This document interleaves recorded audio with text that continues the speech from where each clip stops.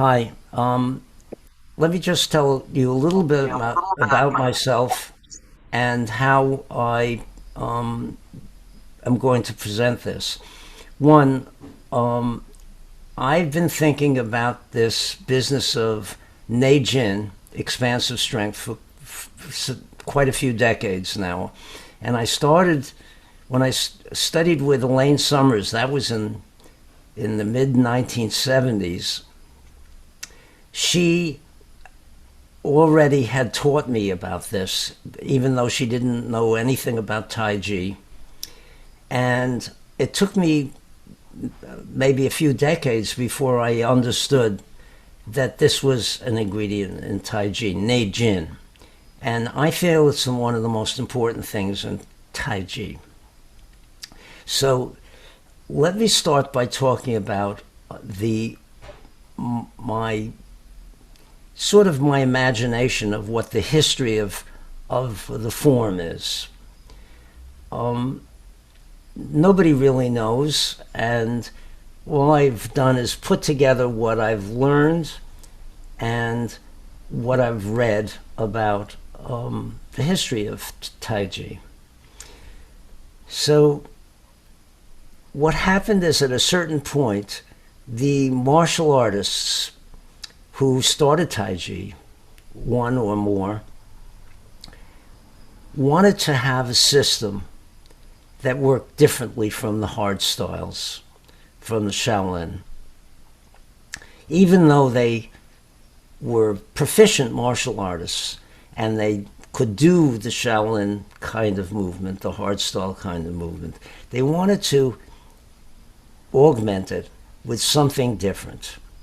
And there were two things about what they were trying to do. One was to create a state in their bodies where they could be strong without it being ordinary strength, which has very big disadvantages. One of which is that, in other words, ordinary strength meaning contraction of muscles to move bones. One is that the opponent is very familiar with that.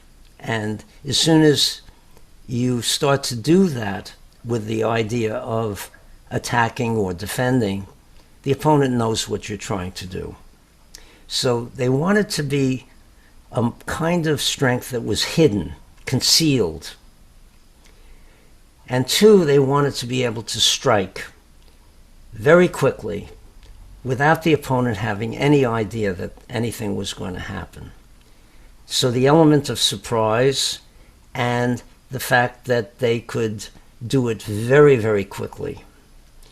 And those were two things that they were trying to develop. And Tai Chi has both of those. So the question is, how do you get to practice this? How do you teach it? They weren't teaching it to outsiders. Excuse me. They were teaching it to family members and maybe outsiders that were adopted after knowing that they were reliable and safe and not going to turn against them. So what they tried to do was come up with a way of practicing and studying the motion that would have these elements in it. This is my imagination of how it came about. And that was the form. It had to be done slowly.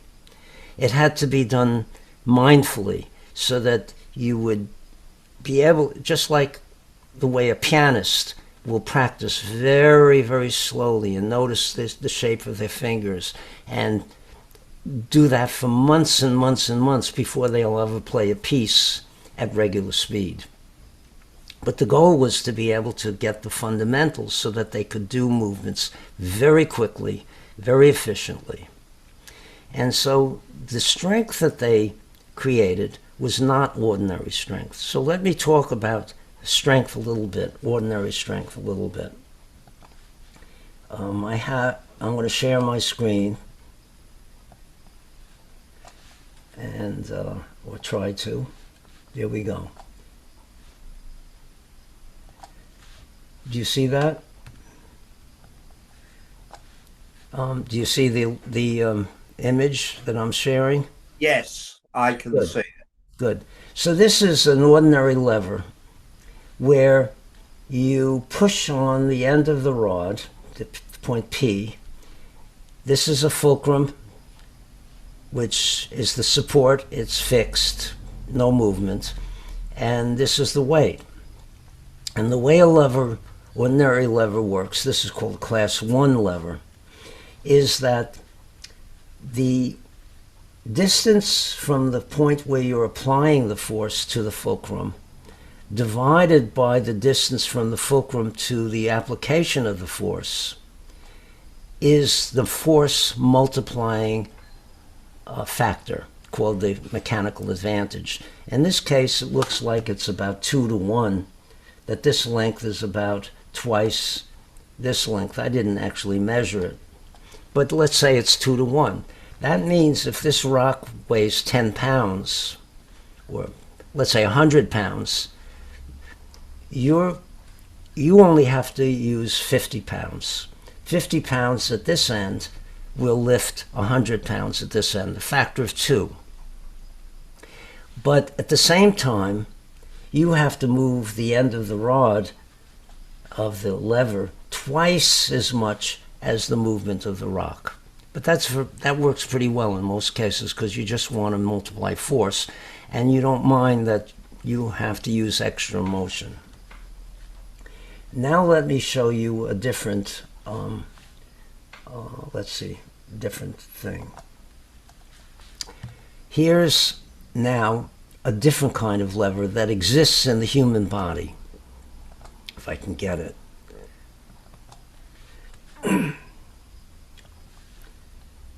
And then we'll share screen again. And this is showing an arm lifting a weight. This is the humerus, and these are the bones of the forearm. Here the fulcrum is the elbow joint, and the biceps muscle is what's exerting the force. Now notice that the application of the force is very close to the fulcrum, and the weight is very far from the fulcrum. So this is the reverse of the previous lever, which is that the force the biceps has to exert, in an actual arm, it would be something like 15 times the weight that you're lifting. So if this weight is 10 pounds, the biceps muscle will have to exert a force of 150 pounds. But also, the movement of the biceps muscle is only 1/15 that of the weight. In other words, this is the reverse of the other kind of lever. So the problem with this kind of force that we have in our bodies, we get a lot of movement for the small movement of the biceps, using the arm as an example. Very small movement of the biceps muscle for a very large movement of the arm. That results in lack of precision, very hard to be precise. Also, that force is so large, just to exert even a small force with your hand, that it binds the joints. It freezes the joints and keeps them from having free movement. And it also is pulling rather than pushing. So when you pull on one end, you're pulling, there has to be pulling on the opposite end, a counter force. And so if I want to exert force on another person, I'm doing it by pulling. If you see how it works, you'd see you're pulling on the lower part of your arm when you push. At the other end, at the foot end, you're pulling yourself out of your root. Sorry about my voice. So the problem with this is it's very hard to be to regulate force. It's very hard to be rooted when you exert force. The more force you exert, the less root you have. And it binds the joints. It prevents you from having free movement. So they created this force. I don't know how anybody came up with it, which is called Neijin. I'll show you the characters for that. If I can find it, Neijin. Well, let me show you the character. Yeah. Okay, I want to share screen again.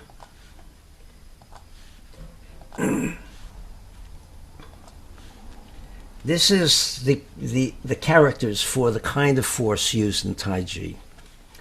And this character is, on the right, is Jin. And all the way on the right of this is Li, which is just ordinary strength. And there's some controversy of how this originated. Some people think it's showing a bone and a tendon, or it's a person and an arm trying to lift something, but it's strength. It's just ordinary strength, untrained strength. This like a serif letter I is the carpenter's square, which shows precision. It shows training. It shows practice. And together, these two elements, the carpenter's square and the Li, are gong, meaning work or skilled work. So Qi Gong is an example of that. And the rest of it is, at the top, is underground water. In other words, moving water that's underground. The top line is showing that it's underground. I'm going to just, for a moment, well, I can't do it. So altogether, this is a very mysterious kind of strength. It's hidden. You don't know it's there unless you're very adept. You don't know that there's a stream underground. You don't see it. It's internal. But also, interestingly, it involves water. And I'll get into that in a minute. The character to the left is Ne, which means internal. So here's a fenced-in area, and either streams of water or a person are entering, going into that fenced-in area. So it means internal. Internal means you are doing something inside your body. So it's internal strength. And I call it expansive strength because it helps you to expand. So that's Neijin, which is the strength I'm going to talk about. So the question is, how does it work and what is it physiologically? So what it is its expansion. So what's going on in the body? And this is all my conjecture. I can't prove this. I don't have a laboratory where I could do experiments. I don't know if anybody has. But my idea, and there is some science behind it, that, well, let's put it this way. Ordinary strength comes from sending nerve energy, electricity, to the parts of the muscle called sarcomeres, which are the contractile units, and that causes the muscle to contract. So you use electricity for that, your own electricity. You also use chemical energy to create that electricity. But the rest, it turns out, in my view, is a property of water. That is, when you electrify water, it changes its state from ordinary liquid to something that can expand and become more gel-like, rubbery. And that's what you can do if you learn to use your electricity differently. So the question is, how do you learn that? And what are the exercises for doing that? And where does it come into the form? And what are the advantages? So the benefits of this kind of strength are you're opening up the body, expanding. So the strength comes from pushing inside rather than pulling, which contraction does. Which means that when you exert force on some external person or object, the counter force goes to your feet and pushes your body into the floor, which helps your root. It opens the joints, so you have full mobility. Also, you can regulate it because it's a one-to-one. All you do is up the electricity and the strength increases, as opposed to the muscle where there's a factor of 15. That's pretty much the case throughout the body. Huge factor. And the other is that it's very helpful because that electricity bathes the cells in a stimulation that helps them to absorb nutrients, helps them to expel wastes, helps them to absorb oxygen, allows their inner movement to occur, and allows the blood to flow, allows the chi to flow, because you're not constricting, you're opening everything up. Also, it uses very little energy, just electrical energy, whereas muscular contraction, you need chemical energy in addition to cause that muscle to contract, and the muscle gets very tired very quickly. You can't contract a muscle for more than a few minutes without being very tired, or it becomes painful. So the Neijin is a way of exerting strength where you can regulate it, and it allows free movement, and it also helps your root, and it's helpful, and you can do it for any length of time. So how do you practice that is the question. How do you practice that? Well, the form is a way of practicing that. And I'll tell you how that works in a minute. But let me talk about Song. In order to have this kind of strength, you have to let go of contractive strength. And because the contractive strength is what we don't want to be, we're not cultivating that in the form or in that art. Now, I'm sure those guys did. They were very strong. They knew all the elements of martial arts. I'm going to just mute myself so I can clear my throat. I'll just unmute to say, Paul, welcome. I muted you simply because noise in the background was switching the picture away from Robert over to you. So at this stage, everybody is muted. Later, obviously, when you've got questions for Robert and when we move into general discussion, then obviously anybody and everybody can unmute. Sorry about that, Robert. Back to you. Thank you. I forgot where I was. Sung, which is the state of release of contraction, in my view, how do you get into that state and do movement?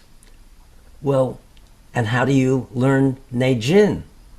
Well, if you don't have Sung, you don't have Neijin. You can't learn it. It masks, it's so powerful that it masks this subtle feeling. And it's like a paradox.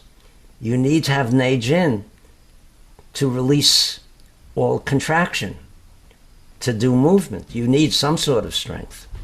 But you can't learn the Neijin unless you have already relaxed the contractive strength. So this is a problem, and this is why it's so hard to achieve it. But there are exercises which I'll show you in a few minutes. So here are some exercises. Well, first I'll tell you how it comes into the form. They needed to do a motion study of the fighting exercises. So the strikes were very fast, very relaxed. The whole body is totally relaxed. The arm, the striking arm is relaxed. If it's a fist, the fist is relaxed. Because any tension would restrict the movement. Any contractive strength would restrict it. So it comes from the feet up through the body and out. I don't know if you see that, but it's that kind of thing. Not that where everything is strong. So how do you practice that? Well, when you do a slow movement, you have gravity, which you have to work against. That if you're using contraction, you're not going to be able to deal with that. And how do you get that inner state of the body as being totally relaxed as you're doing that kind of movement slowly? That's where the Neijin comes in. So as you do the movement and the arm comes up, the momentum is starting to wane, and now you have to supplant that with a regulated amount of small amount, just the right amount of Neijin to make it as though that arm were in outer space. And because that's the way it feels when you do it fast. So that is in the form, but it isn't for most people that I've seen. So that Neijin, not only by regulating it in the form, so as if my arm is hanging down or at the bottom of a circular motion, I don't need any strength and just let it swing. But as it comes up, I have to now add the Neijin so to keep it moving and be also very relaxed, because that's what's going to happen in the strike. All of these circular movements are strikes in the form, implied strikes. So that's where the Neijin comes in the form. And by regulating it and practicing it, you are refining it to a tremendous degree and also benefiting the body tremendously. The electricity is so valuable for upping the chi and for the opening the blood vessels, then letting everything open and having that free movement. So any questions at this point, and then I'll give you some exercises. Please feel free to unmute and ask Robert questions. If there's more than one at a time, then I'll jump in and say who gets to speak first.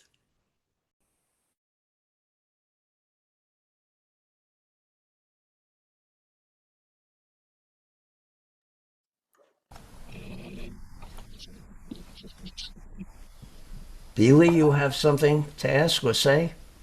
Oh, it's floating around. Maybe I can get it out. I was just thinking about, you were talking about the only way to practice, of course, is in form.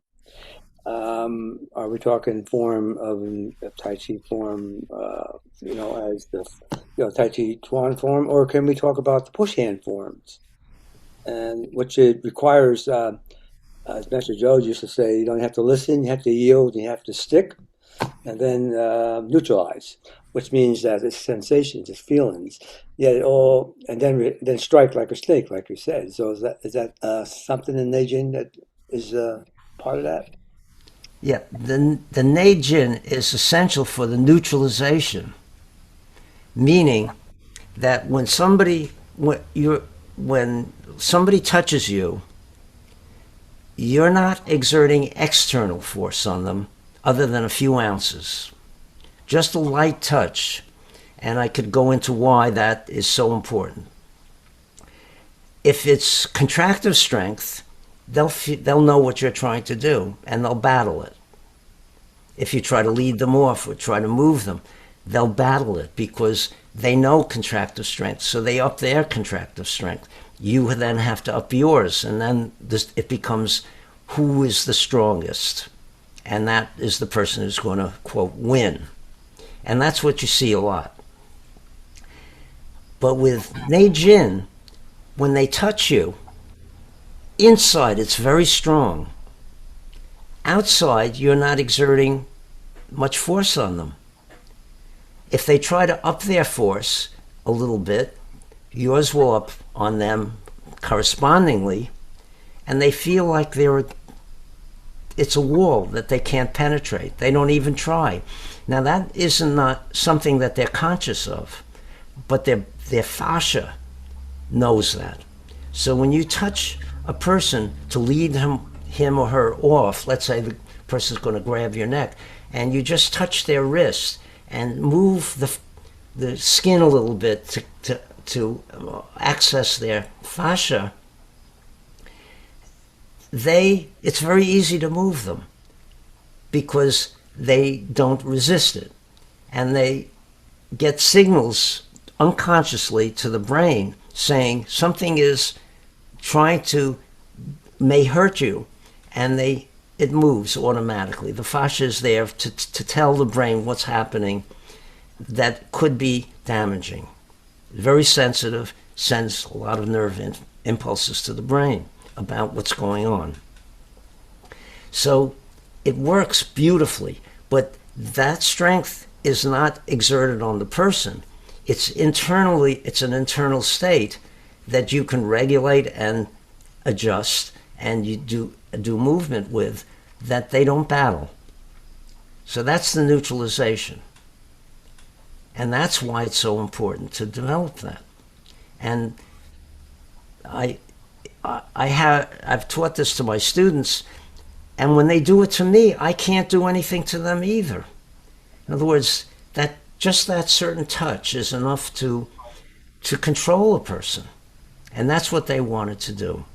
To be able to control a person, not by exerting external strength on them, by bullying them, by fighting with them, but by controlling them in a way where they feel that something of you or their body does unconsciously. They don't know what's going on, and they respond to it by making it very easy to move them. It's amazing how well it works. There are videos on this. There's one video, I think it's Susan Thompson, who pairs herself off with this Hulk of a muscular guy. It's obviously summer, and you see these huge muscles on him, and she picks him up off the street and says to him, you want to try something? I'm going to try pushing you, and you're not going to be able to do anything. And he laughs because she's this little woman, maybe 2/3 his size, a thin little woman. She's not that young either. And she doesn't do anything, and he just moves her so easily. He could probably just pick her up over his head. And then she touches him in that way, and she explains what she's doing too. That's how I learned this. And he can't do anything to her. It's amazing. And he's laughing. He just can't understand. It's very convincing that it's not a thing that was acted out. So the Neijin is the key, and the fascia is the other part of it, which I didn't think to talk about until now. Robert, I hate names. You never get it right. No, I know. It's not that difficult. It's just Luis. Luis, he wants to ask you a question. Yeah. Anyway, Yeah. First, Robert, thank you for bringing this to us, because it's something. The information that you're bringing, I've been reading about also for some years. Well, not as many and not as deep as people here, but I've been curious about that. Actually, day before yesterday, I saw a video from Tom Myers from Anatomy Trains, and he explains in a very scientific way the water changes inside the body in the line of what you were saying. I'll later share with Robert, and he can share with people, because I have the video, and it's very interesting the way he explains. But the fact that you can bring these ideas together also raise a lot of questions on. I'm not so sure if we can ever find out how these things happened. Also because we don't have much information on how it was trained in the old days, what it meant in the old days. One thing we know is probably if it came out from monasteries, there was already a lot of internal work being done, even without martial arts application, because all the meditation, all the relaxation was already in their daily practice for many hours. And the few people that today talk about some achievements in that area all also come from meditation. They say, no, I got this when I was practicing meditation 8 hours a day, or when I was doing some camp and we were practicing meditation 10 hours a day. So the meditation was, or if it is already in the training process, somehow it helps for this state to be achieved. Also the internal sensitivity, so that people know what is happening. Another thing I would like just to bring here was I did some seminar in the Sistema, the Russian martial arts, and they brought actually I saw a very good explanation of the fulcrum logic, but it's in Russian. So I could only see the pictures, but it was a very practical way of explaining from the sketches that I saw. And one of the things was exactly about the fulcrum. And because we are biologic elements, we can change the structure of our body. So we can change the fulcrum, like some people say they do, because we can change the connectivity or the density of our body with the use of the mind. But I also see that all the people that I've seen showing these things, they do it static. I don't see anyone really being able to use it like in a fight. They have to stop, and then they show, and then they move to stairs. So it's probably a very high level to being able to do it as you're moving, as you're doing a lot of things. But thank you so much. Very, very, very interesting. Yeah, great. Thank you for saying that. Yeah, the Sistema, I've been watching that a lot, and I think it's a combination of a lot of different martial arts, but mainly Taiji and ninjutsu, which I've also studied. I see a lot of ninjutsu in there. And the thing about it is they don't have the baggage of a particular country, of a particular culture.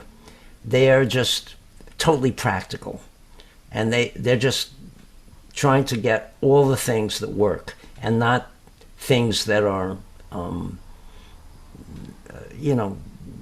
that go along with the training that stunt the growth, slow down the growth, and get in the way.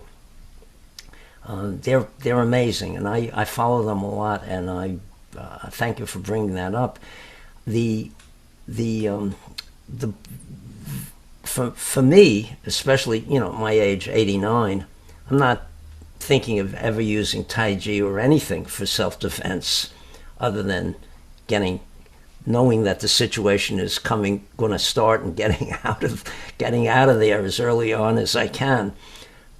But so I'm thinking of all of this in terms of health, and the health benefits of doing the form the way it was originally conceived, which I think I use my imagination and conjecture to come up with that, will give the greatest health benefits. So I'm not thinking of it for self-defense, although I refer to that because that is gives me information about how it should be done for health. Can I So just jump that's my in for a view. second, Robert, just to challenge that not for self-defense? Something I've said for years and years and years when I teach self-defense is that you're far more likely to be attacked by the flu bug than the big ugly guy from round the corner. So I think the differentiation that I make it as well that we make between Tai Chi for health and Tai Chi for self-defense is sort of fundamentally flawed because without your health, nothing.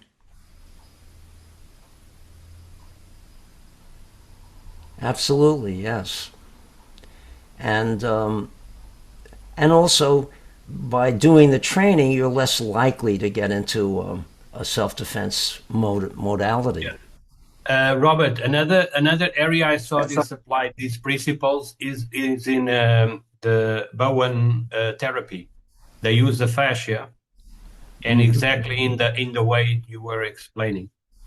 Yeah. The treatments are very soft, touching the fascia, and it's quite impressive the results they obtain. So if you can do that on your own with practice, you have a library of opportunities, really impressive.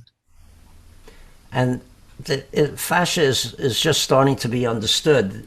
When years ago when they did operations, they just removed the fascia as if it had no value. Now they're starting to understand that that's very valuable. Everything in the body wouldn't be there if it didn't have value. Any other questions? Otherwise, I'll talk about the some exercises to do for recognizing and cultivating expansive strength. I think actually, Robert, I'd like you. Sorry, Glenda. Can you keep your question for a bit later? I think it would be extremely useful if Robert moved on to the exercises. Is that all right with everybody? Okay, Robert. Yeah, please move on. Okay. Well, the first thing in the form that it is, according to Yang Cheng Fu, that I've read, is that he felt that the beginning move was instrumental in experience recognizing and cultivating Neijin. So the arms come up, the hands are hanging from the wrists, and then when the arms reach their highest level that they can achieve, there is this extension of the hands to the tips of the fingers. Yang Cheng Fu made a big deal out of that, and you can see it in all the movements of not only his movements but his disciples, that of his disciples, and extending. So the extension is not pulling up; that's contraction. It's from the inside of the forearm through to the palm of the hand to the tips of the fingers. So that move he felt was the most important move for recognizing and cultivating Neijin. So that's one we're very familiar with, that we can do. And then as you go down, I don't know if he talked about this, but I feel that as I go down and I can extend the heels of my hands and activate it even more. So to me, that movement is very important for practicing that feeling. But we use expansive strength in breathing. We all use expansive strength in breathing, or should. I'm sure we could use contractive strength, but when we take a breath in natural breathing, we open the rib cage. How could it open? without expanding. It is obviously it's expanding. So we're doing that without even thinking about it, without being conscious about it. So the thing is to feel that expansion of the rib cage as you breathe in, and feel what's happening physiologically. In other words, thinking of it not as breathing, but think of it of what's going on in the tissues that are between the ribs, and feeling that, and taking a good breath in, and then being able to do that independently of breathing. In other words, now I'm not thinking about breathing, I'm just thinking about repeating that same feeling, so that I can recognize it and be able to do it more. So that's one case, which is expansion. That's Neijin. And it makes sense that the most important action in the body, which is breathing, we can only go without air for a few minutes. Food, we can go a month easily. Water, maybe a few days.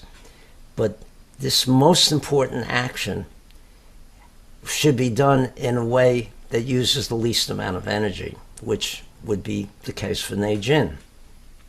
So then feel the lower abdomen when you breathe in. When you take a breath in, it should be expanding. Now you can also contract the lower abdomen. And if you put your hands on your lower abdomen, you can contract it, you feel it going in. And then you can expand it as you do in breathing, and that's also Neijin.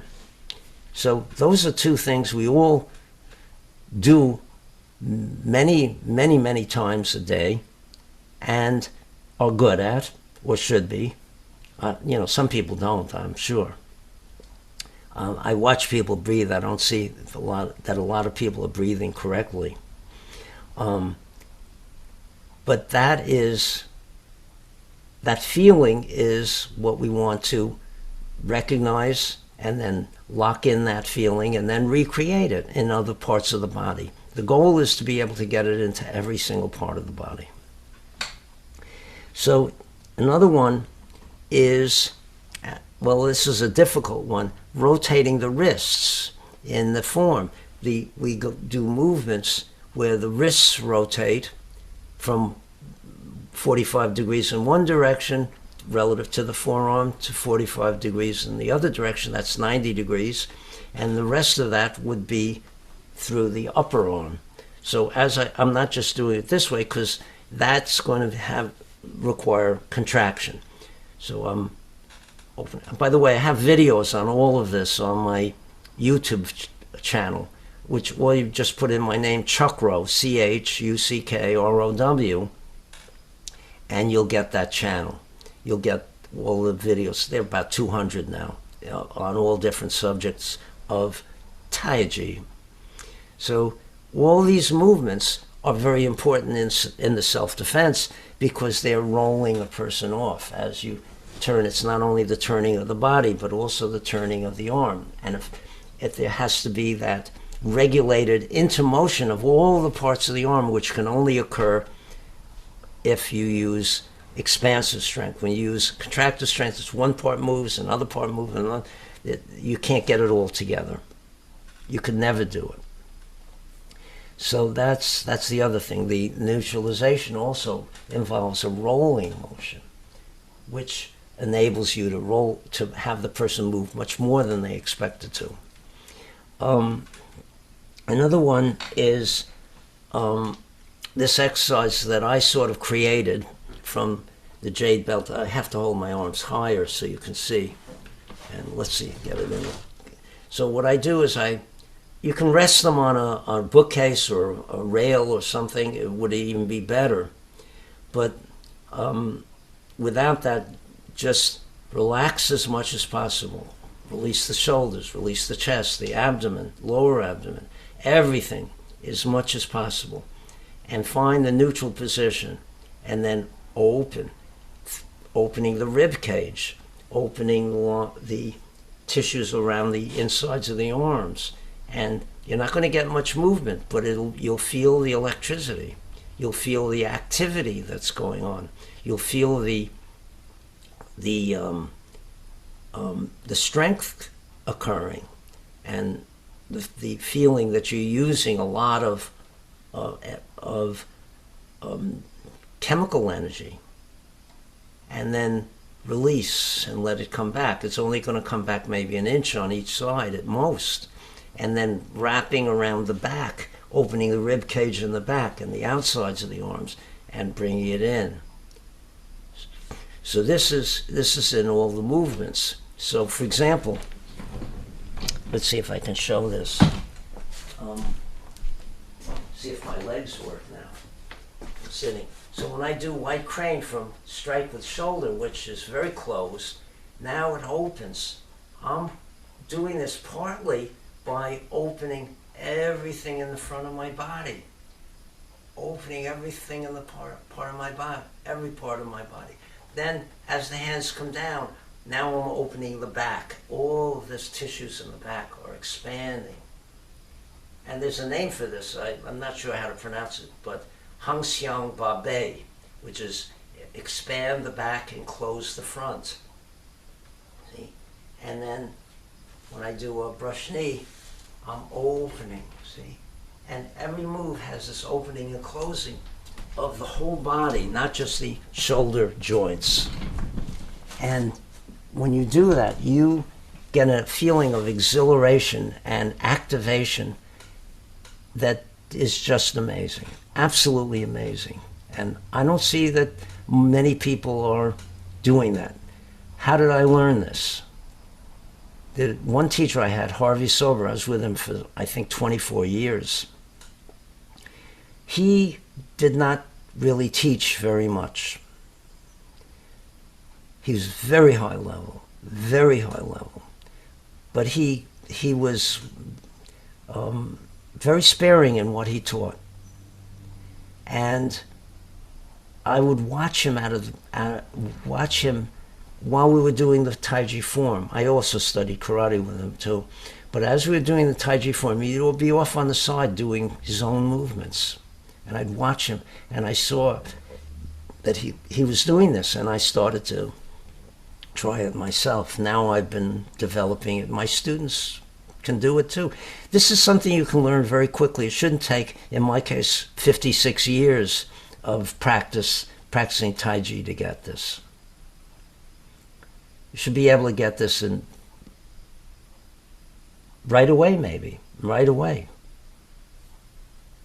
If it's explained in a way and given exercises in a way that you can get it. But Taiji was so secret for so long, and and it's so hard for us to relate to another culture, another a different language for expression, and the translation of it.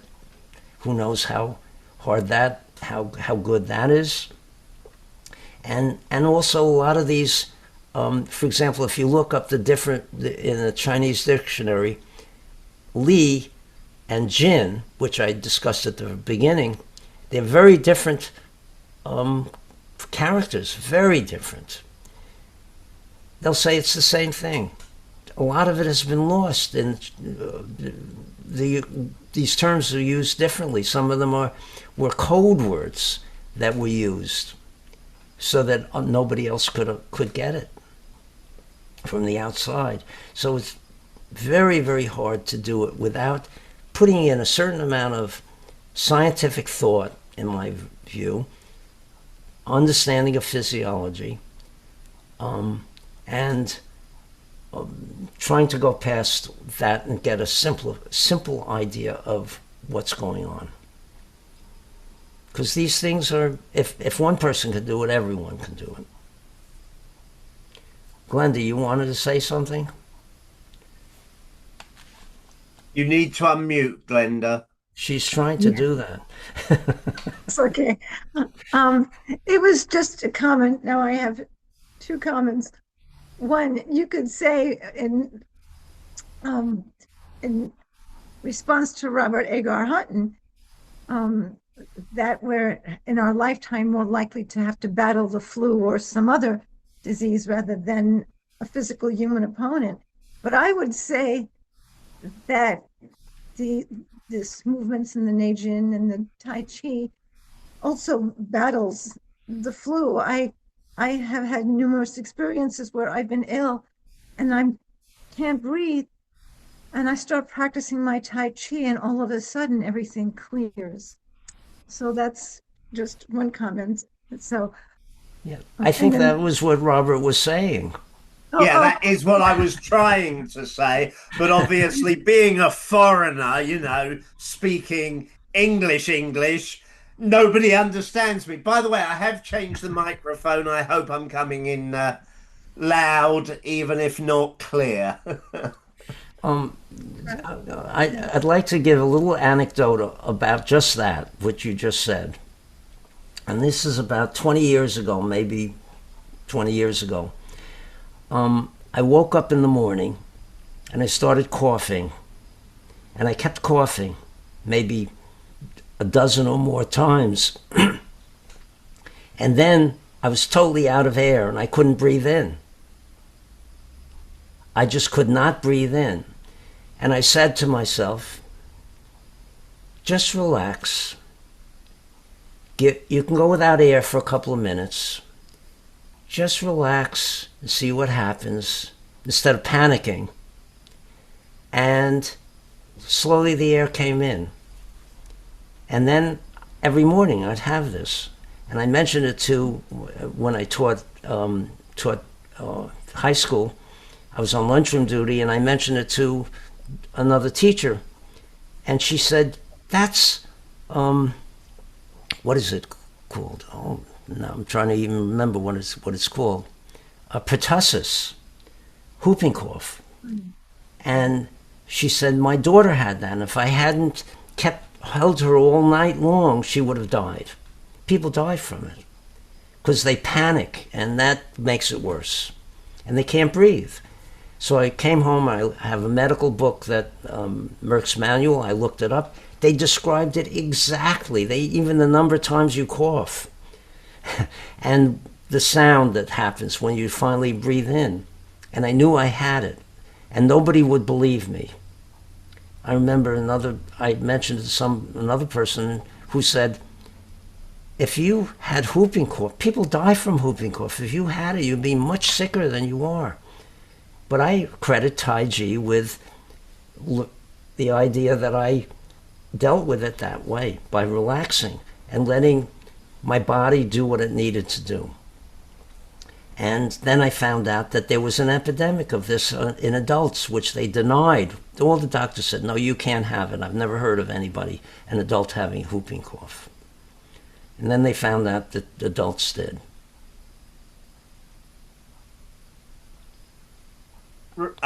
Right, two things while I think about it.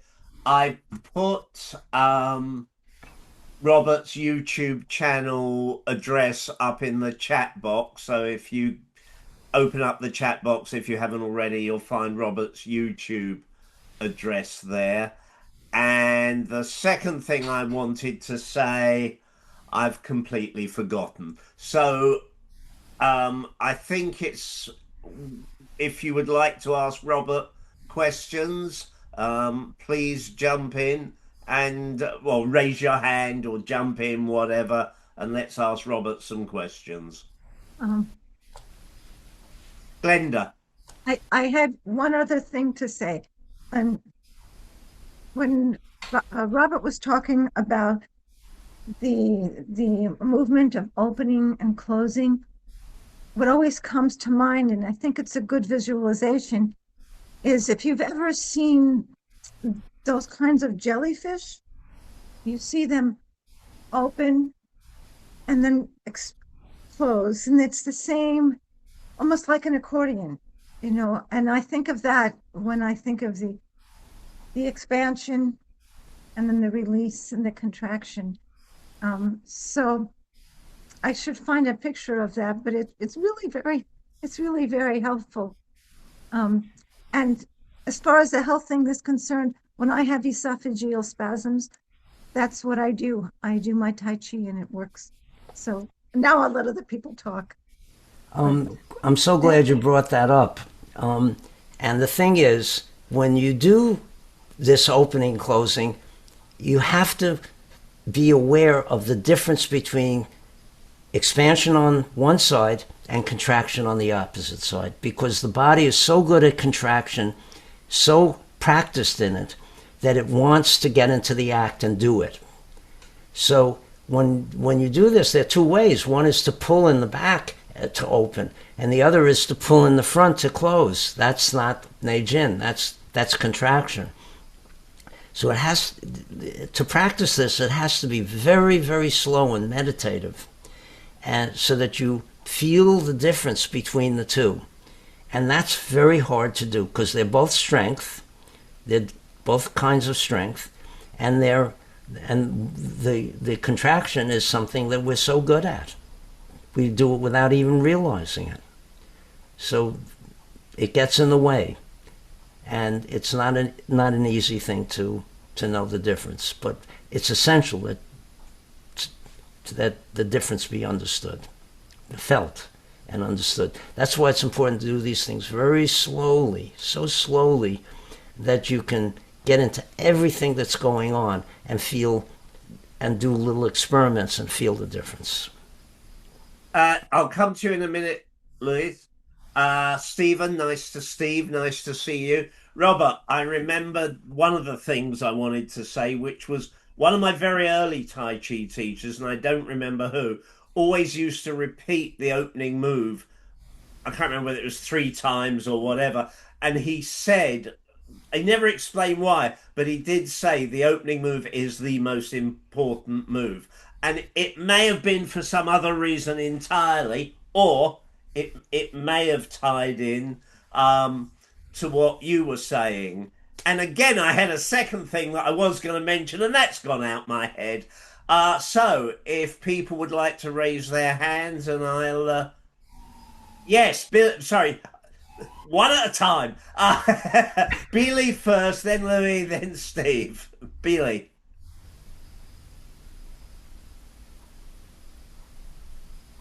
Going here. Okay. Back to posture one that Robert and everybody's talking about. I've even studying at the Tai Chi Forum, Master Joe, he laid it to the fact that it is the most important posture in the form, in his opinion, but never really, gave, I would say, kind of a real definition of it, because I guess because people have monkey minds, so they just keep doing the form, that kind of thing. But I have heard it said that because Master Joe used to teach a technique called drilling, which means rooting to the earth, even before you do your form. And of course, while you're rooting, you're connecting as well, upright.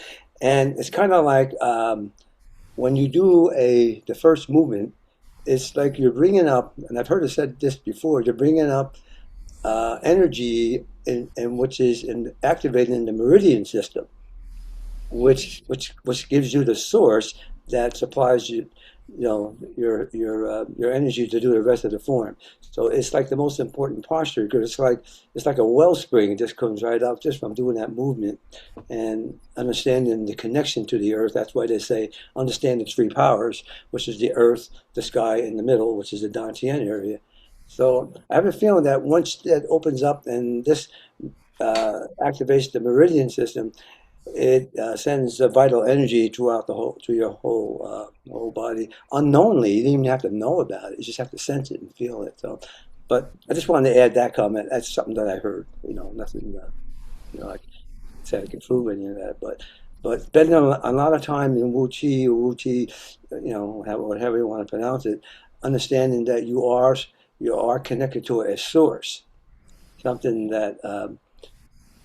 Waiting to bust through as you're rooted, and this connection comes up through the legs, out through the arms, and so far out, but also internally opens up the whole vibration of your meridian system as a natural flow. Nothing you have to think about. So anyway, wanted to add that if it helps. Robert, I just noticed on the chat, Les posted a message. This expansion exists on top of muscle tone, question mark, related to fascia, question mark, related to water content in the body, question mark, or is this expansion within the muscles or cells? He has no microphone, that's why I'm asking for him. Yeah, I don't see it in the chat. It was posted at 6 o'clock, if that helps.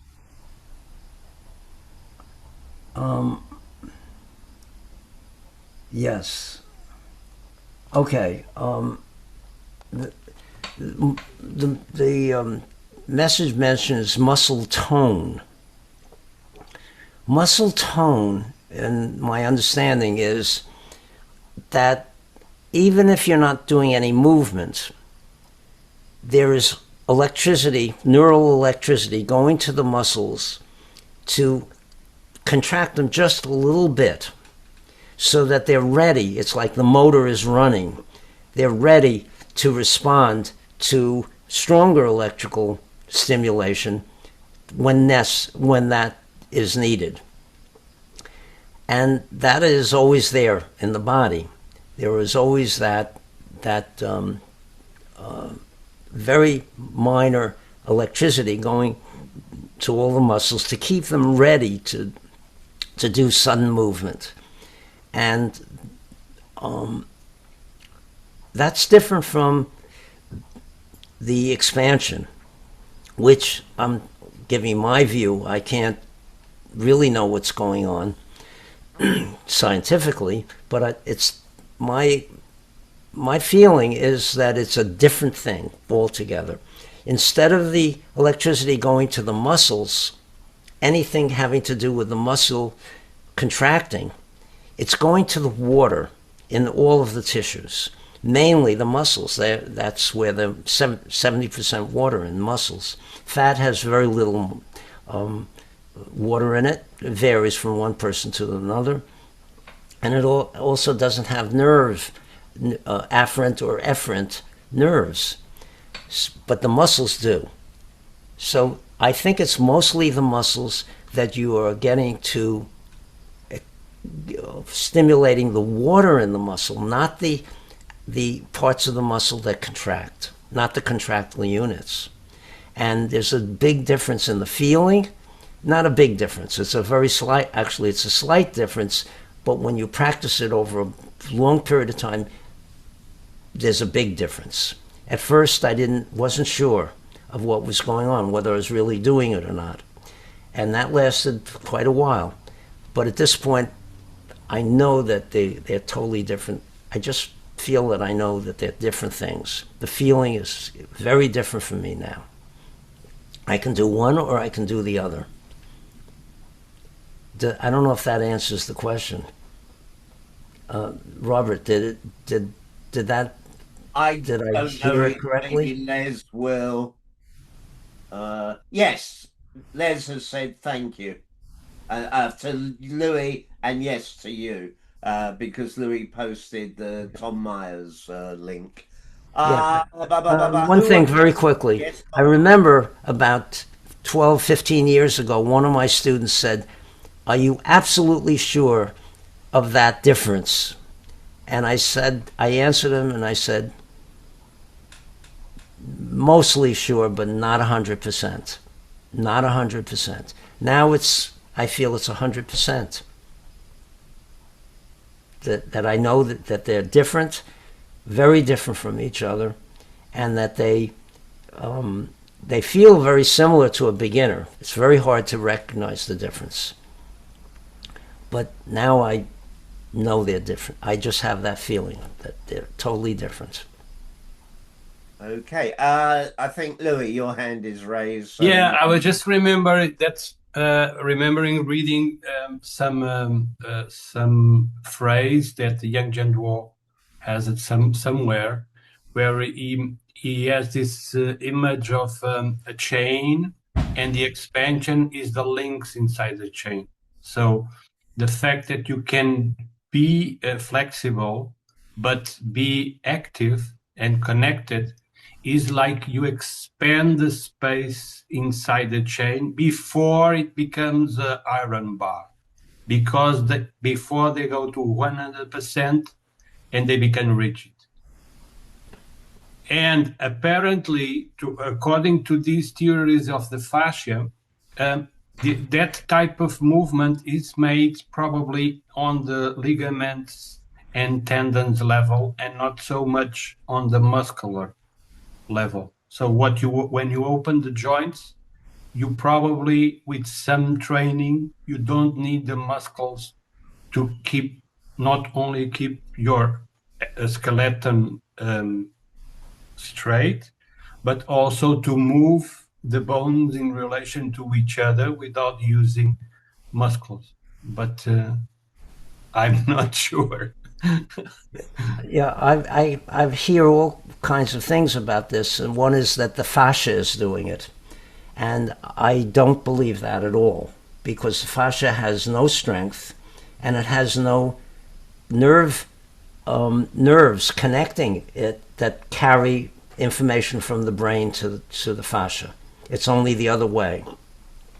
So I rule out the fascia, and I don't think that the ligaments or tendons are active in this, but they, other than that, they do transmit force, but they're not the origination of that strength. That's my view. It's in the. I feel it's in the muscles.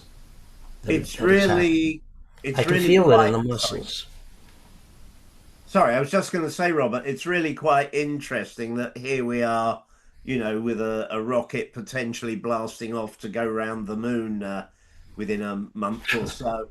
And there's still so much about I'm not saying one negates the other, by the way, but there's so much that when you talk about the human body, it's like, well, it might be this and it might be that. I remember whatever it was, 16, 17 years ago when I did my university degree, in an anatomy class, them showing us in the books all the things about the structure of the muscle at a sort of a microscopic level, and then saying, but that might not actually be the answer. So, and I also remember something about the way the memory works, when my memory occasionally works, and they were saying like we know teeny tiny bits about actually how the memory works. One of the things I would like to throw in, which popped into my mind because you mentioned about training and you said it took you 56 years, and I couldn't help it. I thought, well, if I'm quicker than Robert and it takes me 55 years, I'll only be 127, so I'll still be quite young. But the thing I remembered was many years ago, 20 plus years ago, at karate, our instructor Dennis, one session, all the senior, I mean, everybody suffered, but the seniors in particular, he absolutely beasted us until we were just destroyed. I mean, could barely stand, let alone do anything else. And then he said, right, grab the punch bags and I want you to start punching things. And what he was trying to get us to do was develop soft energy. I mean, different people will call it different things, but exactly that. Hit the thing without relying on overt muscular force. Now, whether that's the same as in Tai Chi or the same as in Sistema, I've been hit. I trained a couple of times with Vladimir Vasiliev, who was like, oh, some of you are nodding your heads. Those of you who don't know, very senior Sistema guy. And luckily he only hit me gently, but the seminar I went, one seminar, I had one of my Tai Chi students who was a big ex-judo guy, and when Vladimir hit him just lightly, he knew it. He really, he not just, and the systema way of doing things, which I presume you've come across, Robert, is not to put deep. So it's not like karate going through the body. It's almost like a rub on the body, almost, except the pain from it penetrates. So again, whether that's the same as people would have done in Tai Chi, or whether just as we have all the different, Sun style, Chen Man Ching, Yang style, Lee style, whatever. Whether there are multiple ways of skinning the cat, I don't know. I know I said I was going to come to Stephen, but Stephen's hiding. Steve's hiding at the moment. Steve, if you can hear me and you want to put your lovely, good-looking face back on the screen, Steve will never believe I called his face good-looking.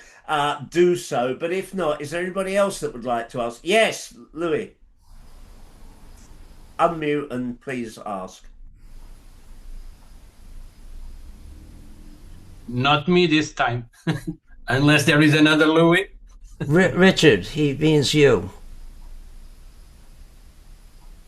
Hello, hello, hello. Hi. Yes, we're talking about, well, when I know it's supposed to be talking about Tai Chi, but System has come up twice now, and I've been very interested in it for quite a long time. I haven't had a chance to meet Vladimir Vasiliev, which I had, but yeah, I've recorded a lot of videos from YouTube of Vladimir Vasiliev and Mikhail Ryabko doing what they do. And I've taken these into my system because I'm an editor and I have a fairly good system where I can slow things down to 50%, 25%, 10% speed. And I've gone in quite close and looked at what's happening in Vladimir's arm when he's delivering a punch. I've looked at the way that they practice push-ups.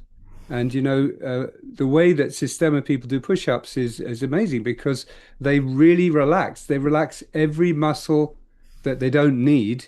They keep the body as soft as they can while doing very effective push-ups over a long period. Now, this, I should say that, you know, I've been studying with Robert for 2 years, and my relaxation of my soft tissue, of my fast twitch muscles has never been as relaxed it is now in 46 years.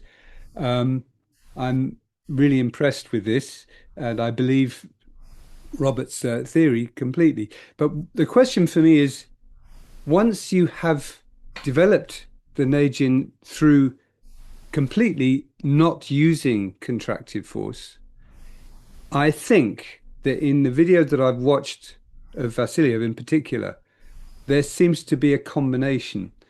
And I think that he knows his body so well that he can be as soft and yielding as the best Tai Chi practitioners, and yet he can deliver a punch. And when I've looked at his muscles in his arm, I can see when they switch on, he's doing a very, very short strike, and something's there. And I've read him saying that you know, your blow is only as strong as your body, so you have to have contractive power in the body as well, but it's the ability to use only what you need, which is like Wu Wei, not using any more than you really need. Do you agree?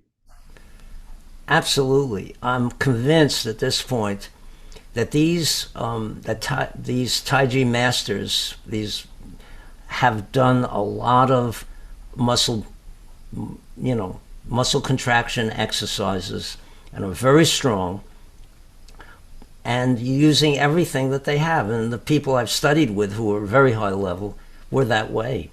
They had all kinds of muscular strength, but then they could be extremely soft and use whatever. But when you study something like Neijin, you want to just isolate that and make that everything there is. That doesn't mean you're throwing away the other things. So in yoga, they talk about abdominal breathing. That doesn't mean you never use your ribs or your pelvis or other things to breathe. When you breathe, you use everything. But you start with something that you need to train that's missing and make that everything. And then you add that in and you have the whole thing. Absolutely, I agree with you totally. The other thing that I'll come to you in a moment, Jeanette.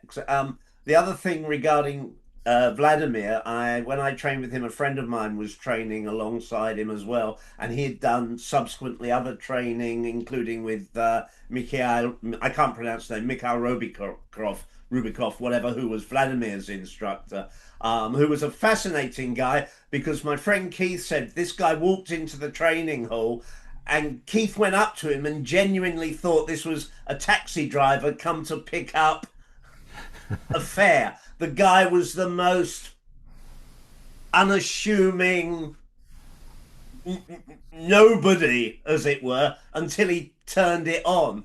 But the thing that you've mentioned, this thing about the I mean, in karate it used to be called kime, the small amount of contraction at the end of a punch. You've mentioned, Robert, the weight, not the weight training, but the fact that, you know, you've got to have a body, you've got to have enough muscle mass for the arm to move at some point. Um, it's really tricky. The visual that came to my mind, which is not right, but it just came to my mind, was if you imagined like a missile being fired and the sort of the rocket part of it being the soft part, whereas the warhead on the end, that's perhaps the hard part. I don't know. I never saw any of the great masters, Yang, whatever his name was, actually in a real fight. So who knows? Right. Sorry. The trouble is the screen keeps moving around. Jeanette, you wanted to ask a question. Please do. Well, Robert, I think your mention of whole body and using everything is the clue for me. But the way that I've tried to make these kinds of changes in my movement is really related to information I got in the Alexander method. I don't know if you're familiar with the Alexander method in terms of training, but you know, the objective is to find the most natural, least effort way in which to move your body. And the tactic, one of the very helpful tactics for me, and this may help someone else, is when you're trying to learn this, inhibition is really important. In other words, as you begin a movement, if you inhibit, if you say, for instance, if you're sitting down, you say, I'm not sitting, I'm not sitting, I'm not sitting, while you actually sit, it stops all of those habitual ways in which you've moved. And you know, contraction, you know, for many or in some point is habitual. So if you stop that contraction, then it's immediately replaced by this expansion and this extension. And then you lose all, or I don't know about other people, but I lose all awareness of what my body is actually doing, because my body is moving on a course that bodies know. So I don't know, it may be helpful for someone to think about, you know, making a break between one kind of movement and into the other. Thank you. And thanks for talking about this, all of you. Can I respond to that? Sure. And that is what Cheng Man-ching taught when I studied with him for 5 years. And also, he comes to me in dreams a lot and corrects me.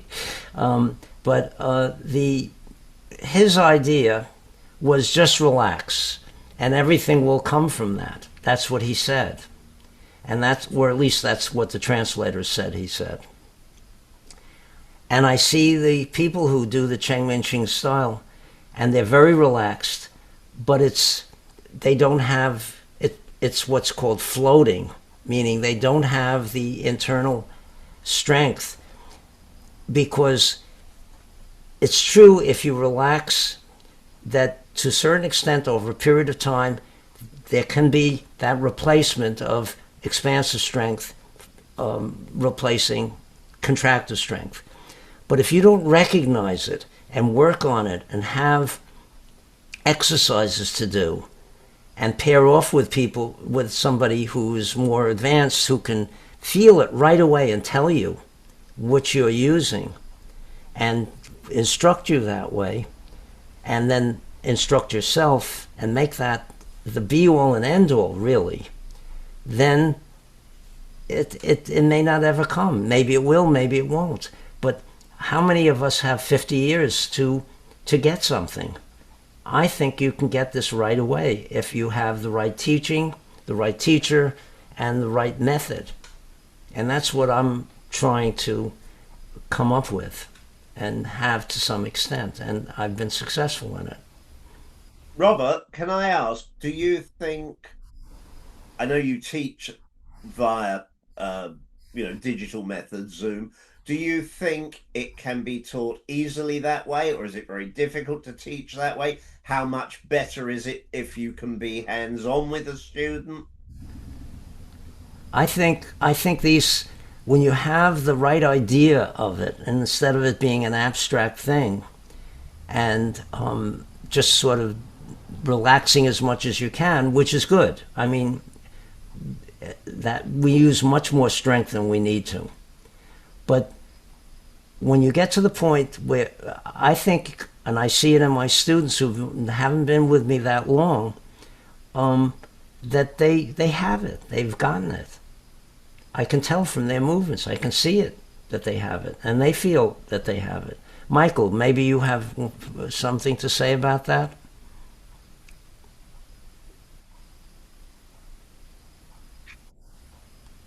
You're unmuted, but I don't see you.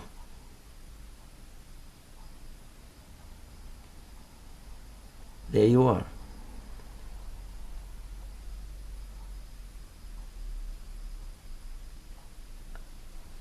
Michael, you're Talking, but unmuted. we don't hear you. We can't hear you. Something is off on your system. It's not muting. Can't hear you. You're Stop. muting. You unmuted yourself, but we still don't hear you. Well, maybe you can come back later after you figure it out. Maybe the volume needs to be increased. Something not connected.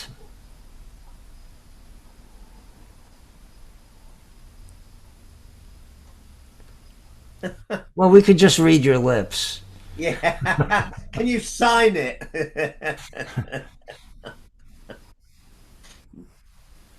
Maybe you could put it in the chat or something if you can't figure it out.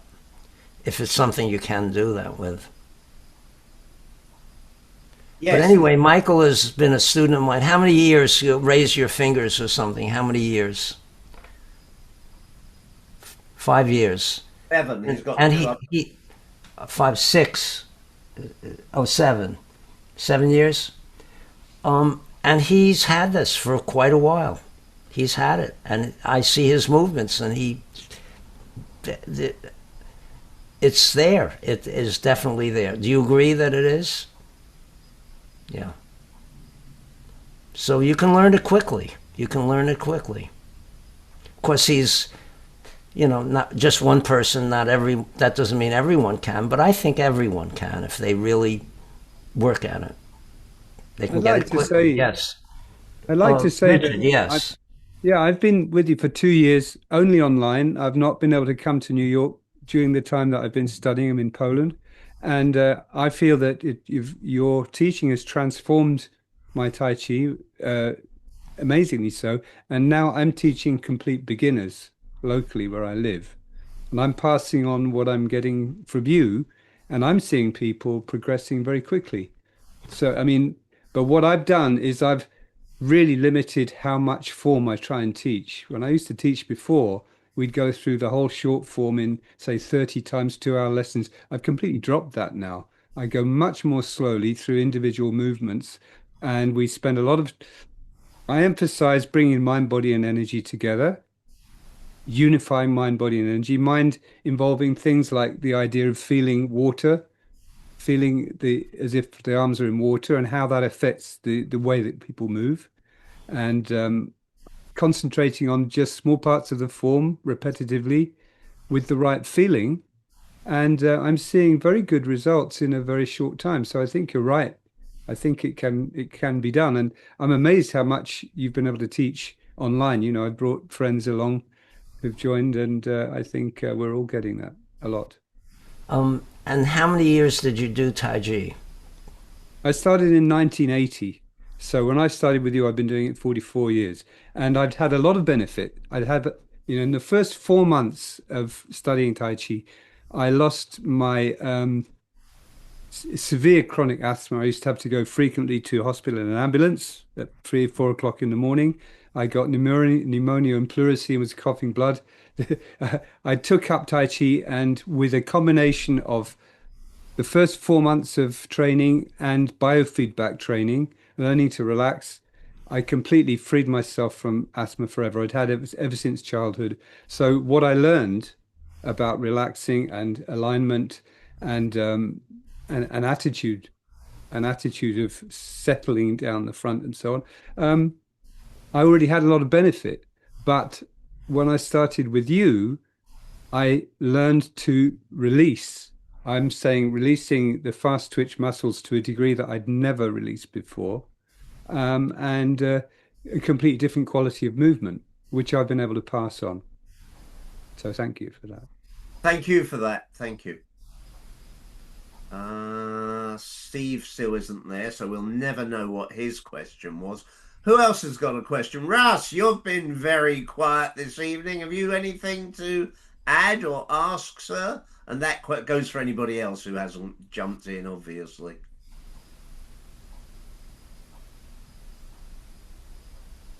See, you've done it so well, Robert, that they are completely now Tai Chi masters of the highest level. And unless, of course, I mean, I'm obviously the odd one out. I'm always the odd one out. The rest of you are all communicating psychically, and I haven't picked that up. John, sorry, yes. Yeah, no, okay. It was only Robert was talking about how quickly people can pick this up. My latest student been with me about 4 weeks now. He's older than me. I'm 83, by the way. He's about 85. He's got a mobility problem.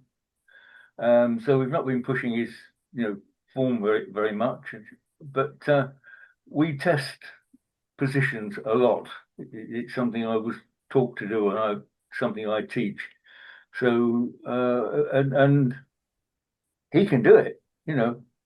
I can set him up so he can't be pushed over. And the guy can, you see the guy walk into the class, you think, hellfire, he can hardly walk. So people can, if they're shown properly, they can pick it up very, very quickly, I think. Thank you for that. Yeah, can I say something about that? And I call that rooting and redirecting. Standing and having somebody push you and not be able to move you. And if you use contractive strength, you can't do it. But if you use expansive strength, Neijin, it works. It works. And my students who try to push me are way younger and stronger than I am. Way stronger, muscularly. But they can't move me. They can't move me.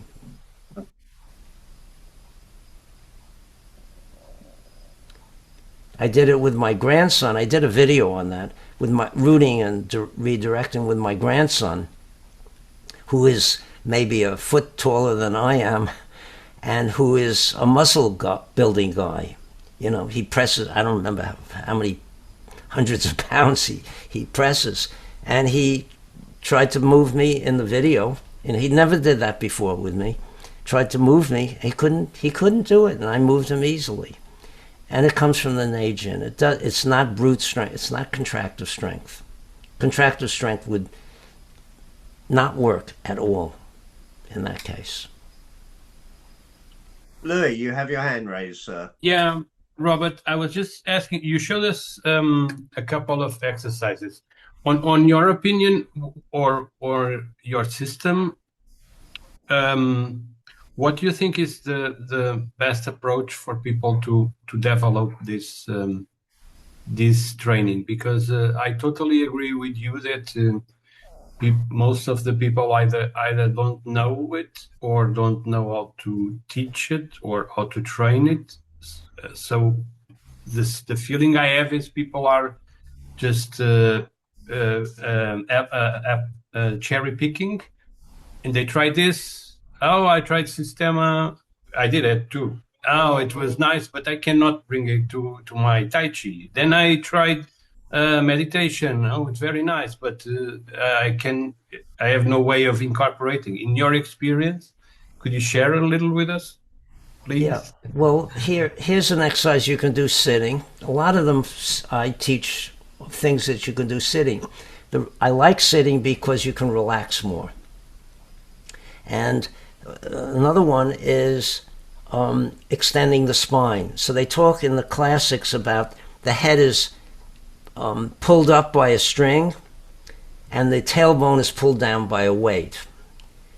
Well, see, that's an external thing that you can't even reproduce. But what you can do is feel your spine and extend. So you feel like the top of your head is pushing up against something and you're lifting it. And when you do it correctly, you will feel the intervertebral spaces opening a little bit, maybe not moving, but at least pressurizing outward, so the two bones are sort of repelling each other. And when I do it, I can actually, if I look in the mirror or whatever, I can actually see my head going up, and I feel my sacrum being pushed down and everything in between opening. And that has, by doing that, I had sciatica for 3 years, and I'm able to relieve myself of the sciatica when it kicks in within a minute by just opening my spine. So that's one that they talk about a lot in the classics. Every teacher, I think, talks about it. Think of your head suspended from above. That's not going to help you because it's something that's antithetical to what's happening inside. It's a totally different thing. But you can do that and just feel that whole spine opening. And not doing it by, there's a curve in the spine. You can contract to straighten that on the outside of the curve, or you can open it from the inside. And also, that's helped me tremendously with my posture by opening up the front of the body, because I was very hunched over, have been for most of my life. And over the past 10 years, just recently, I met somebody who hadn't seen me in a year, and she said, "Your posture has improved tremendously." Well, somebody my age, it would be getting worse. So this is a very valuable thing to do. And opening the spine is really good because all these nerves go through, and you want that space to be as open as possible.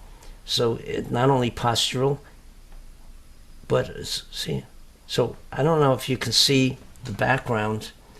There's a transom well behind me. Let's see how I'm just relaxed now. Now I'm going to extend my head up. It's the whole spine. I can't. Yeah, I think I can see it going up. And I've done this in other videos, and I can see it. And I'm doing it by extending. I feel the extension along the sides of my body, the front, the back, everywhere, but especially along the muscles that are near the spine. And now I'll release. You can see it going down. It didn't go up very much, but it makes a huge difference internally. So that's an exercise. Let's see, I have yawning is another one that we do. And when you yawn, you're expanding the breathing apparatus. You can feel the whole breathing apparatus expanding. And when you do that, you can feel it going into all the parts of the body. So by recreating a yawn, you can get that feeling.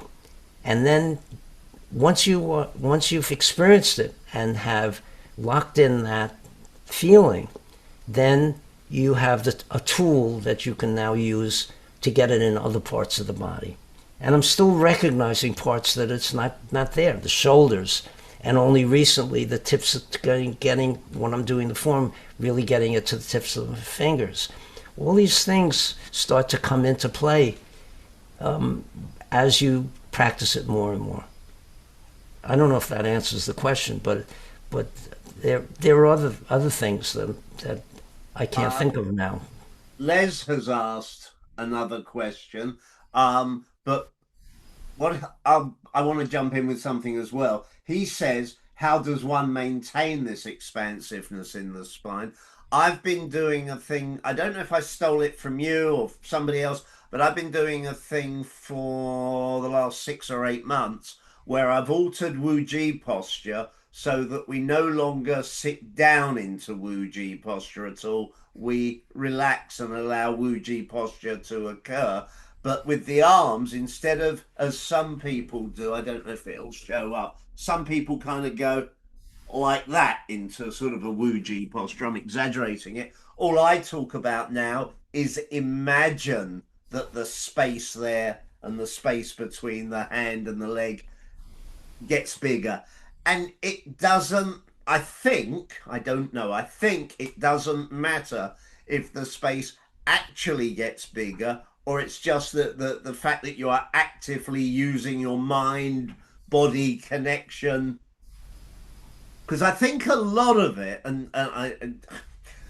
mean, yes, your head did rise visibly.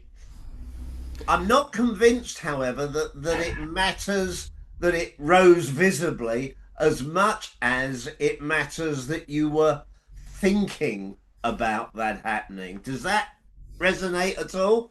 Yes, because just because there's pressure between, let's say, one vertebra and the next, that doesn't mean that those two vertebrae will separate. But the pressure comes from sending the right nerve energy to those tissues that surround the spine that create that. Now, I have very bad degeneration of the cartilage in my knees, very serious, and it's not minor. And I can, by extending my leg, feel that joint opening up. Now, a person with normal amount of cartilage is not going to feel that, but it actually opens. I can feel it separating.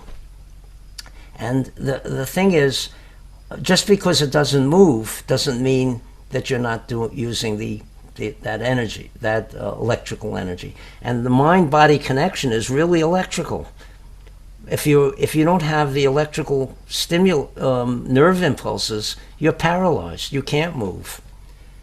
But visualization is very important because and imagination is very important. Absolutely. I wonder if, I'll come to you in a moment, Sue. I wonder if when the Chinese classics and what have you, the Yi leads the Qi. I wonder how much they were aware of the mind as a thing, as it were, because I vaguely remember reading that in times gone by, the way people interpreted the body and the heart and the mind was different. But anyway, I'll shut up. Sue, jump in, my love. Hello. I've been very quiet today, quite unusual for me. Really interesting, and thank you for all of your comments because I'm just absorbing as much as I can today. It's just a wonderful session. I did jump on to your YouTube and subscribe to you in between to make sure I did that and didn't lose that. So I am going to be doing those exercises and I'm hoping to find them very soon.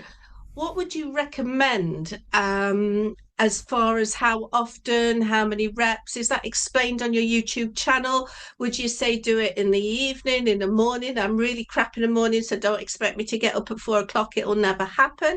But what would you recommend as far as if as a brand new beginner open to learning about this expansion and bringing it into my Tai Chi form? What would you recommend to do? Well, first, knowing that it exists, or at least entertaining the idea that there is something that to be learned. That's the main thing. When a person rejects the idea right off the bat, which I see a lot, they say, "Nah, that's ridiculous," and they'll never get it. They'll never get it. As Henry Ford said, whether you think you can or you think you can't, you're right. You're right. And I think that's absolutely true. So that's the first thing. And then doing it whenever you can. So I'm in the supermarket with a shopping cart, and I'm opening up the whole front of my body, extending upward, and feeling that as I walk around, because it's kind of boring otherwise.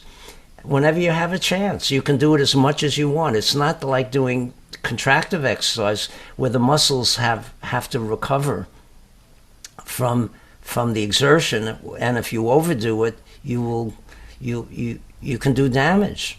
No, this is something you just send as much electricity as you want, and just as you start to feel it, then keep experimenting with new ways of doing it, new places that it can go. And to me, doing qigong, or what I call it neigong, not qigong. Qigong is stretching meridians. But if you go to my website, I have a list of all the videos that I have, organized by the type, the contents of the video. So there's one section on Neijin. So I have on some of the videos that link to that page of my website, and then you can just go to the ones that you want. But just do it. You can do it as much as you want. As Cheng Min-ching used to say, take as much qi as you want. Nobody will ever accuse you of being greedy. And so it's true of this too. And I want to say something about Yi Li Qi. And it's a nice poetic thing because it rhymes. Each one is Li, Yi, Li, Qi. But first of all, it's Jin, not Li, that we're doing. Not Li is the ordinary strength, but that wouldn't rhyme. So the thing about it is, they didn't understand that they knew about qi, and I agree that there is such a thing as qi. And I feel it. I feel it when I get acupuncture. I feel it when I do qigong. But there are three things. One of them is something called piezoelectricity, where if you stretch something in your body, if you tap it, if you pinch it, if you rub it, jostle it, electricity is created. And I think qi, that when you feel qi, you're feeling the electricity. That's not all it is, but that's an element of it. But it feels the same as the qi because it's electricity. And then there's your own neural electricity, which you can up to a level where it's like almost more than you can stand. That's also electricity. There are three different effects here, three different things that can happen, and they didn't know about this. Nobody even knew about electricity in the old days, especially in China. But they were feeling something. So the idea, will create the electrical current that you feel, and especially if it's Neijin, you feel that. That's Li, Qi. Then the Li gives you strength, it gives you movement. So I think that's why they said that. It's not that the qi is doing the movement. I don't think the qi does any movement of the body.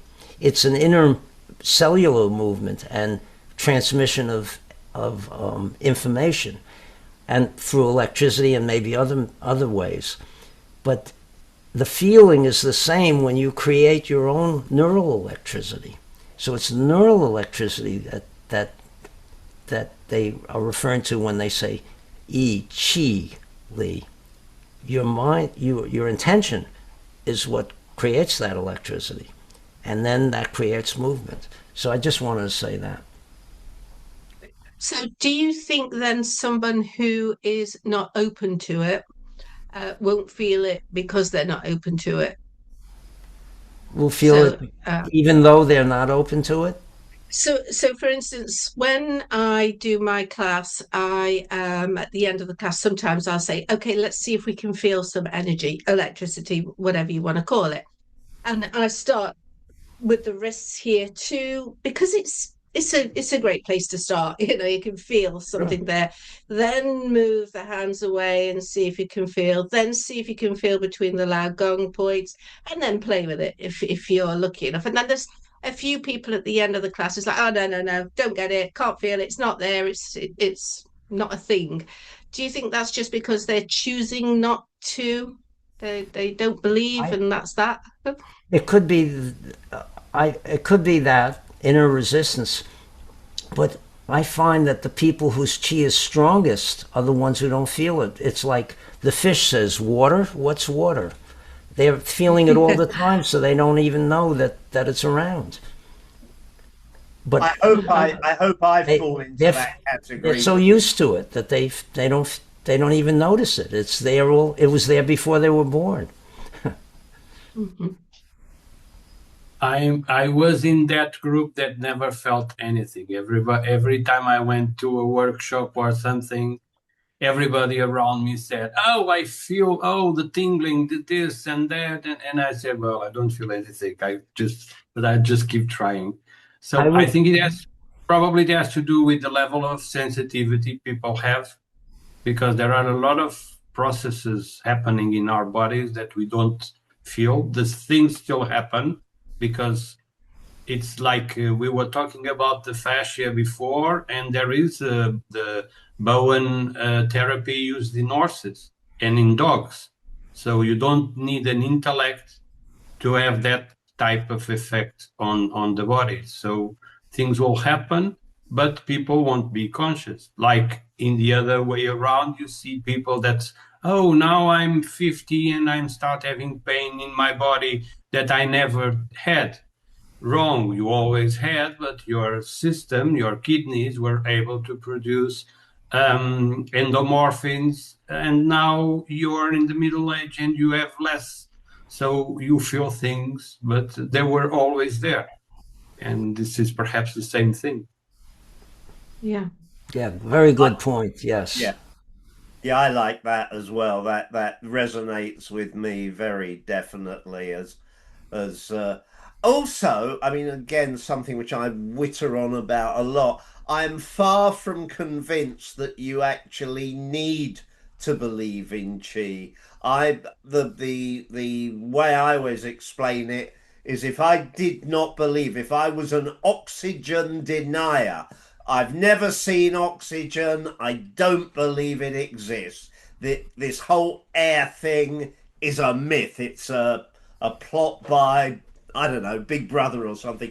Well, I'm still breathing, I'm still living. And I've always sort of thought there's certain things that happen in my body when I do Tai Chi. There's certain things that happen in my body when I do Qigong. But whether they are attributable to a definable, unique thing called Qi or not, I don't know.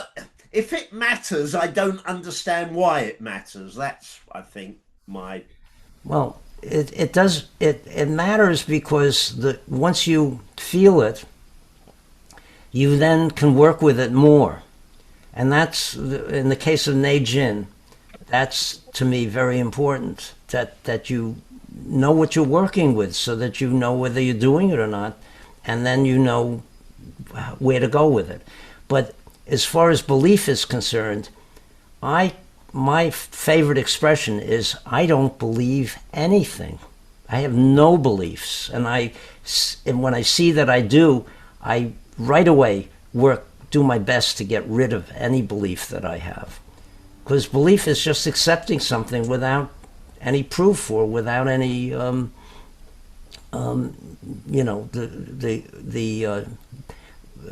really understanding the truth of it. I accept things based on experience, and to the degree that the experience tells me that it is true. I'm not going to believe anything. I don't have religion. I never was exposed to it, and I never got into it. Except when I was a little kid, I prayed for a cap gun for a whole month, but I didn't get it. but but I don't. It's not a matter of belief. People say you have to believe in chi. Well, it works on animals. They don't have any belief in it. It'll work.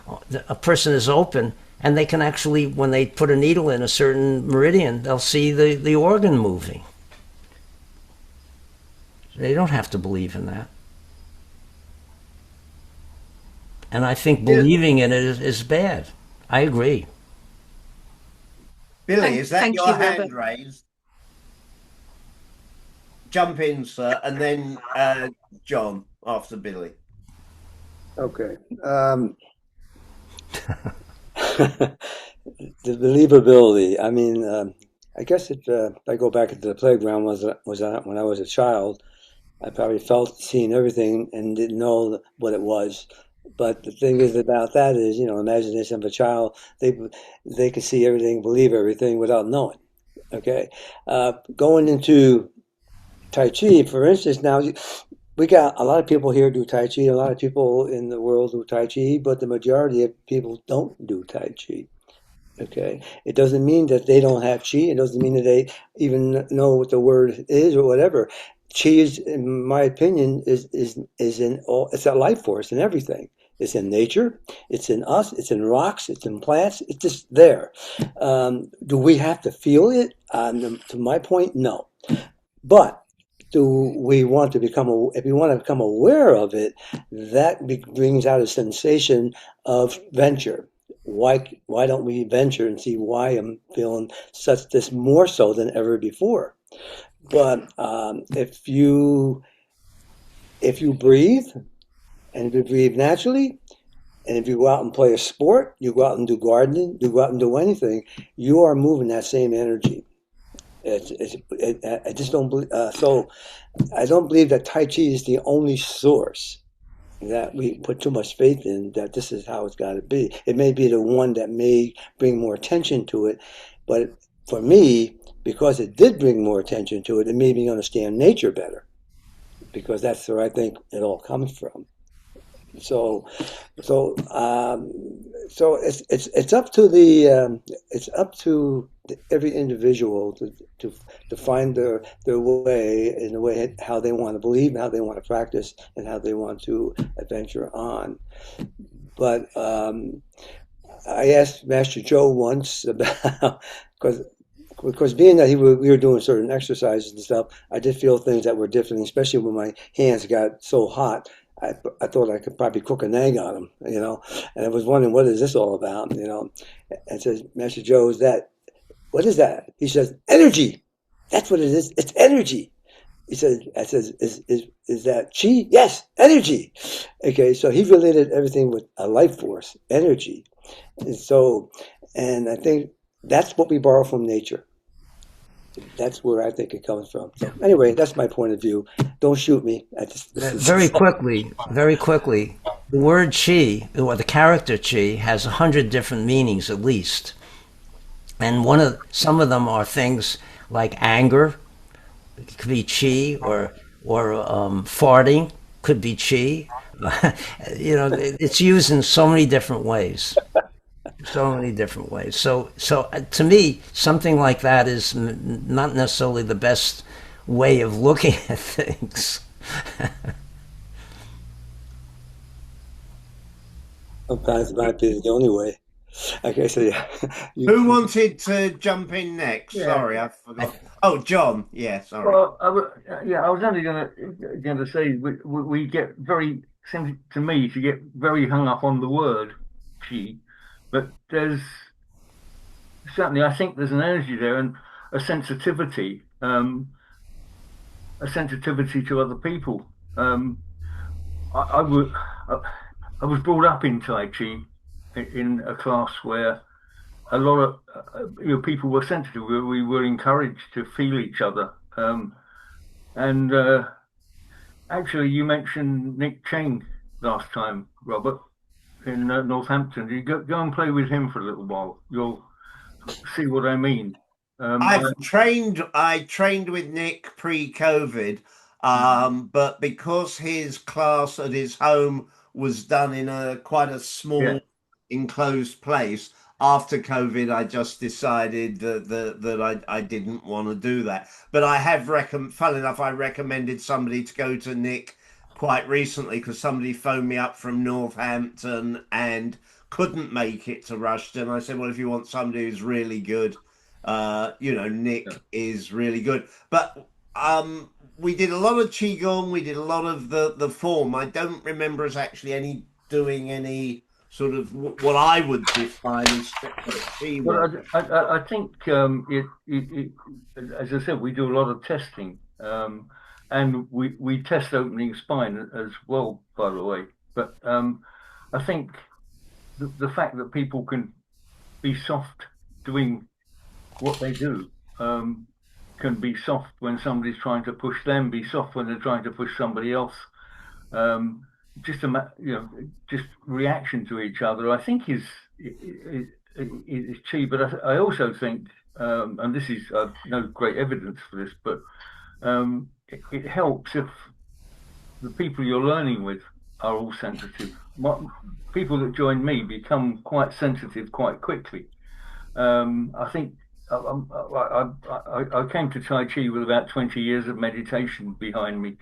So carrying on with Zhan Zhuang, which is a bit of an obsession of mine, I think helped that. But I find that if you're working with people who are sensitive, and let's call it that,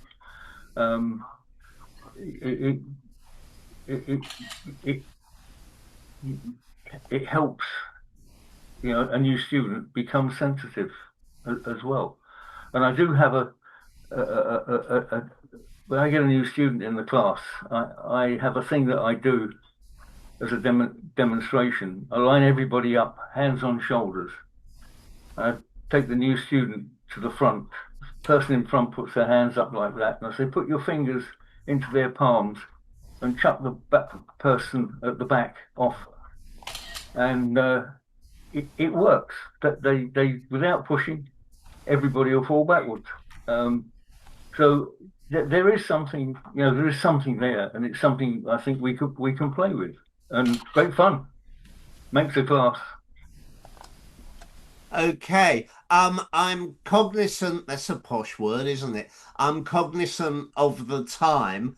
I'm happy to overrun if there are any questions anybody wants to ask Robert. I am happy to overrun if there is any, other matters, as they like to say. But I would like to kind of be aware of the time and not. Yeah. Oh, all right. Well, okay. Wait a minute, Sue. Goodbye. No, Louis beat you with a yellow raised hand. Well, I was just going to say I've got to go, Robert. So I'm going to say goodbye, and I'm going to say thank you very much for today's session. Thoroughly enjoyed it. So I'll see you all very soon. Sue. Thank you. Yeah. Take care. We were talking about these things, and I just don't want to drag the subject, but it's very interesting the effort we took these 2 hours trying to explain something that probably it's not up to practitioners usually to explain. It comes from philosophy, and probably the struggle we are fighting is how can we practitioners or instructors bring this to our practice and take the best use of it, since we are not particularly focused on the philosophy of explaining these phenomena like it used to be, because we're trying to explain. Actually, Robert, I saw a presentation some years ago, a guy with a list of definitions of Qi. I think he ran around 258 words for Qi. So there's a lot of Qi around in China, and not all of them correspond to our Western understanding of energy, which is already a limitation for what we are trying to explain.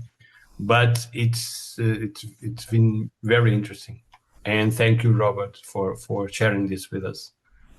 It's interesting what was said just then, because my wife is Chinese from Malaysia, and we're actually next month off to Hong Kong for 8 days and then 2 weeks in Malaysia.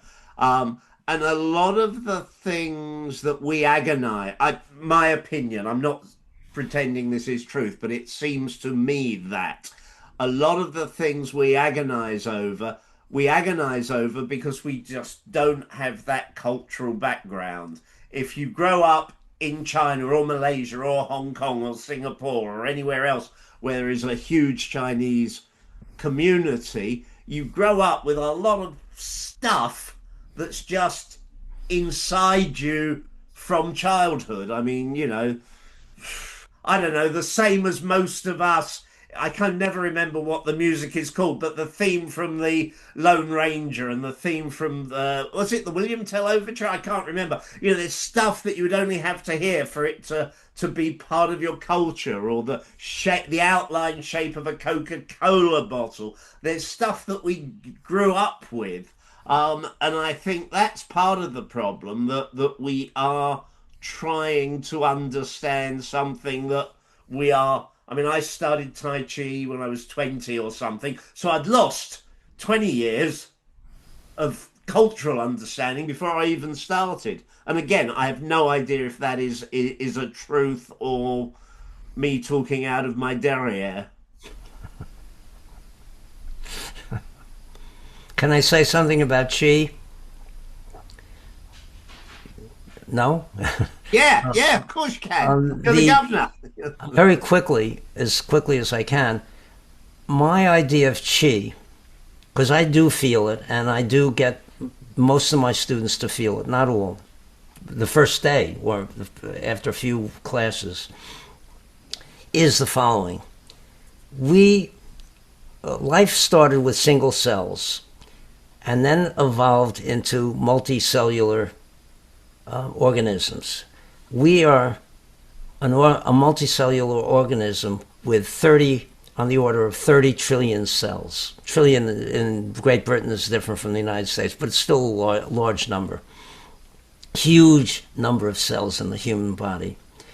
And these are all, in my view, cells that have consciousness, maybe rudimentary, and a knowledge of their function, and want to stay alive, and know that their way of staying alive is to intercommunicate with other cells that are also having that purpose. They want to stay alive and do their functions, and their intercommunication, I think, is Qi. How it works, I think, partly through electricity, partly through some sort of thing that we don't understand.